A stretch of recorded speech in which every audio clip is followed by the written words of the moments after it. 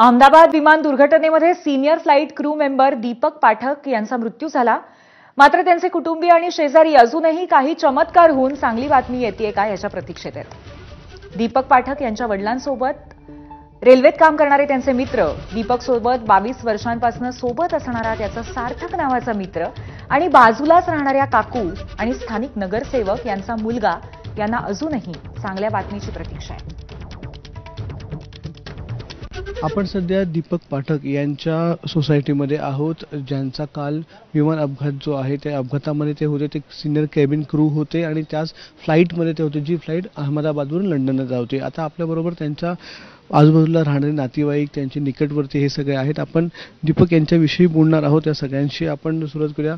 Sir, किती वर्ष तुम्ही बाजूला राहताय, काय तुमच्या आठवणी आहेत, काय सांगाल? आता सुरुवात म्हणजे आमची पहिली दोघंही आम्ही एका डिपार्टमेंटला होतो, त्याचे वडील आणि आम्ही रिटायर पण आम्ही झाले दोघंही, आणि पहिल्यापासून आमचे गुणागोविंदाने संबंध होते। आणि त्यामुळे तो जो मुलगा आहे तो 11 वर्ष आता या डिपार्टमेंटला एअर इंडियाच्या सर्व्हिसला होता। सुरुवातीला त्याचं जाणं येणं कंटिन्यू असायचं, परंतु आता ज्या हे आली की तो कधी रात्री 3 वाजता जाणार, 4 वाजता जाणार, अशी त्याची परिस्थिती होती। आणि त्याला अपडाऊन सतत त्रास व्हायचा, म्हणून तो सध्या शिफ्टिंग करून तो घाटकोपरला गेला होता।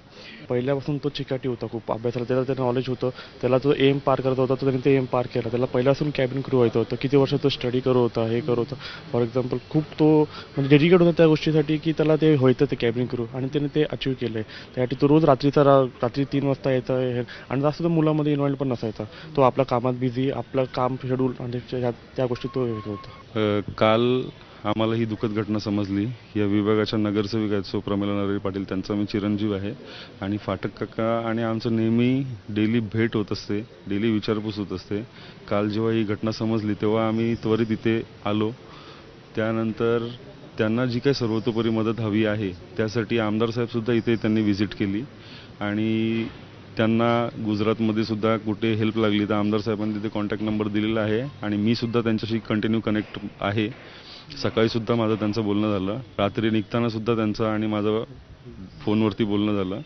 ते रात्री 1 वाजता इकडनं निघाले, आणि ह्या परिसरातील सर्व लोक आम्ही त्यांना खूप मदत करत आहोत। आणि हे सर्व हा बाजूला राहणार सार्थक असेल, या परिसरातील या बिल्डिंगमधील सर्व रहिवासी असतील, सगळे त्यांच्या मागे आहोत। दीपकचं फक्त काम टू काम, त्याचं जाणं येणं, बॅग घेऊन एअर होस्टेस, ती स्टाईल, ते वागणं, ते बोलणं, जाताना येताना। काका आत्ताच आजारातून उठले, ॲडमिट होते, बाहेर आले आत्ताच। फार आमचं कॉम्प्लेक्ससाठी फार दुःखद घटना आहे, आणि गावासाठी तर फारच आहे। येवला तालुक्यातलं नैताळ गाव, हो, खूप वाईट घटना घडली, खूप